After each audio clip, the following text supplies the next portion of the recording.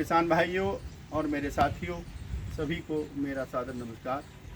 मैं आज हमारे बीच जो हमारे किसान भाई आए हैं उनके साथ अपने क्वार्टी सोच फार्म अलीगढ़ पर अपने फार्म के एफएस साहब श्री सुधीर जी और हमारे जो RATDS के प्रभारी हैं श्री रविंद्र सिंह जी के साथ मौजूद हूँ। मैं आपका अपने क्वार्टी सोच फार्म पर और इस जीवाणु संवर्धन इकाई पर आपका स्वागत करता हूं और आपसे अनुरोध करता हूं कि आप अपने बारे में हमारे किसान भाई को बताएं।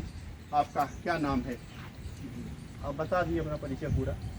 जी, मेरा नाम सुरेश सिंह चौहान है। तहसील सिकंदराऊ, ब्लॉक सिकंदराऊ से 14 किलोमीटर पर कासगंज रोड पर गांव मेरा बिराबर है।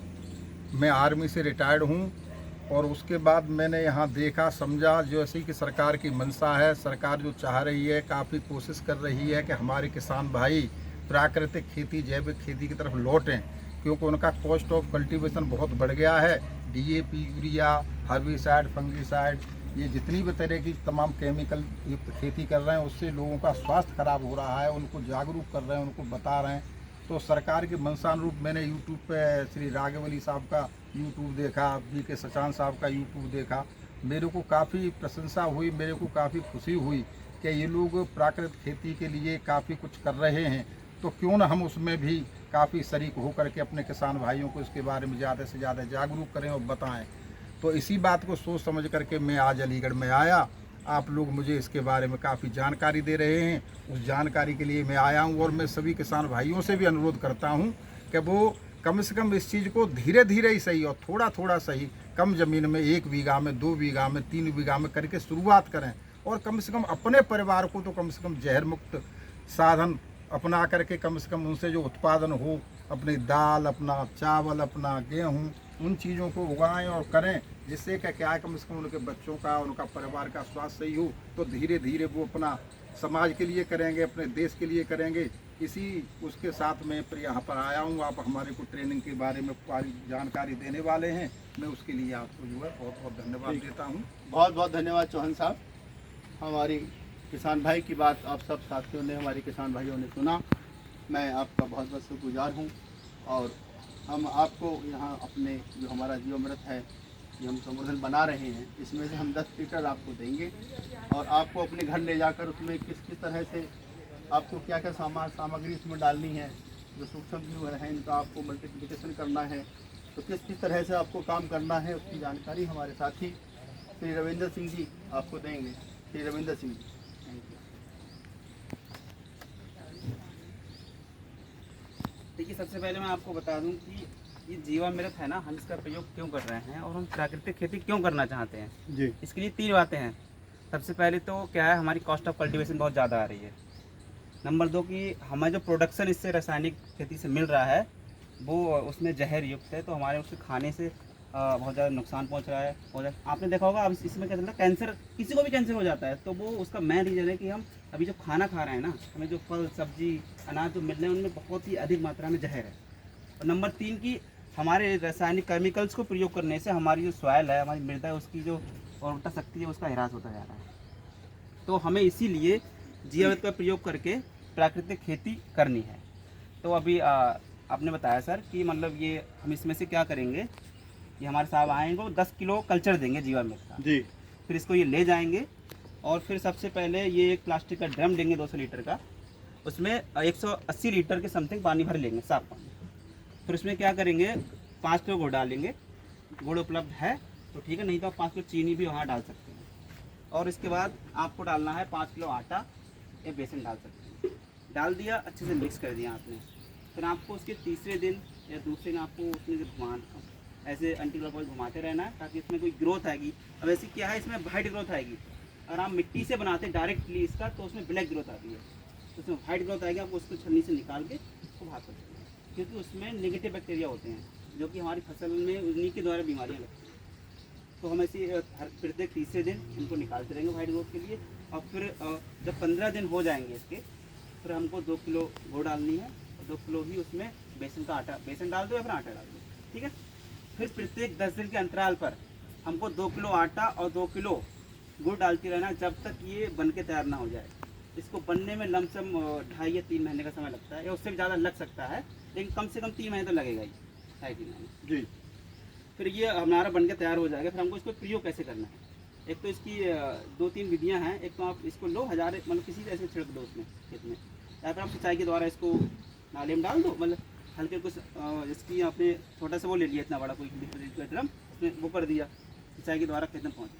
और सबसे अच्छी जो इसकी प्रयोग विधि है, घनजीवा मृत बना के फिर आप इसको प्रयोग करें। तो घनजीवा बनाने के लिए आपको करना क्या है, आपको 1 कुंटल गोबर की खाद लेनी है, ठीक है, थोड़ी सी सूखी हो, ज़्यादा वैसी ना हो। फिर आप इसमें से 20 किलो इसका कल्चर निकालेंगे जीवामृत का, उसमें अच्छे से मिक्स कर देंगे।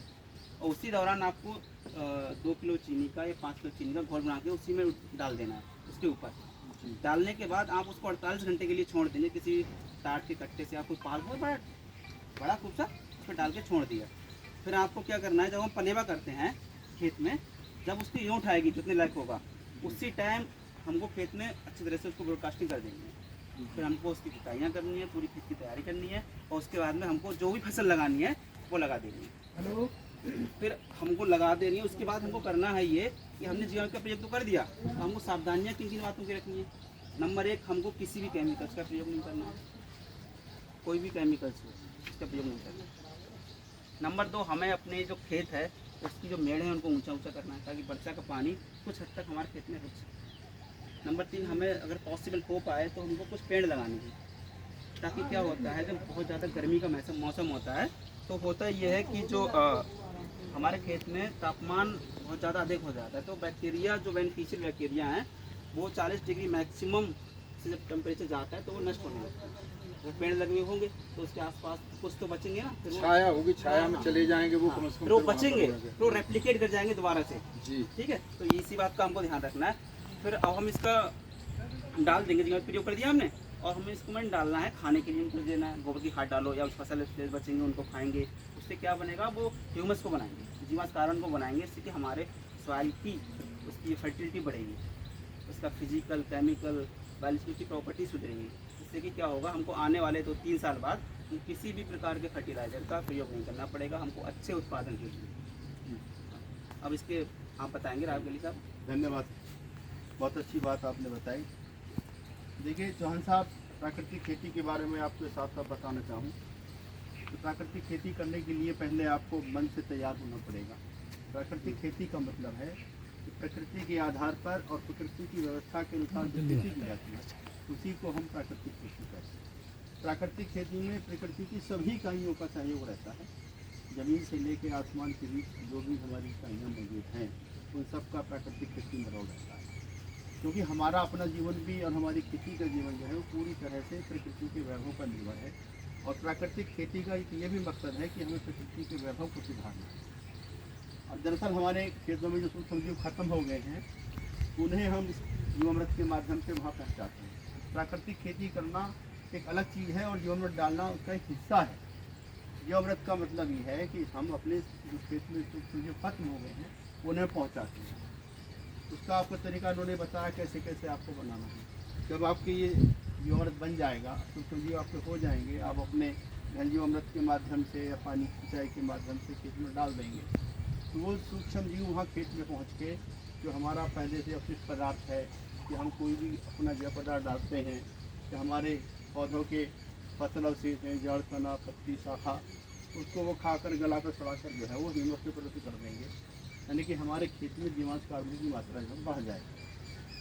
जिस हमारे खेत में जीवांश कार्बन की ये मात्रा बढ़ जाएगी तो फिर हम उसमें कोई भी फसल बोएं तो हमें अपने खेत में किसी भी तरह के रासायनिक उर्वरक को देने की जरूरत नहीं है। और उस खेत में पानी की भी कम आवश्यकता होगी, सिंचाई कम लगेगी और हमें भूगर्भ जल की बचत होगी। हमारी मिट्टी के भौतिक, रासायनिक और जैविक गुणों में सुधार हो जाएगा।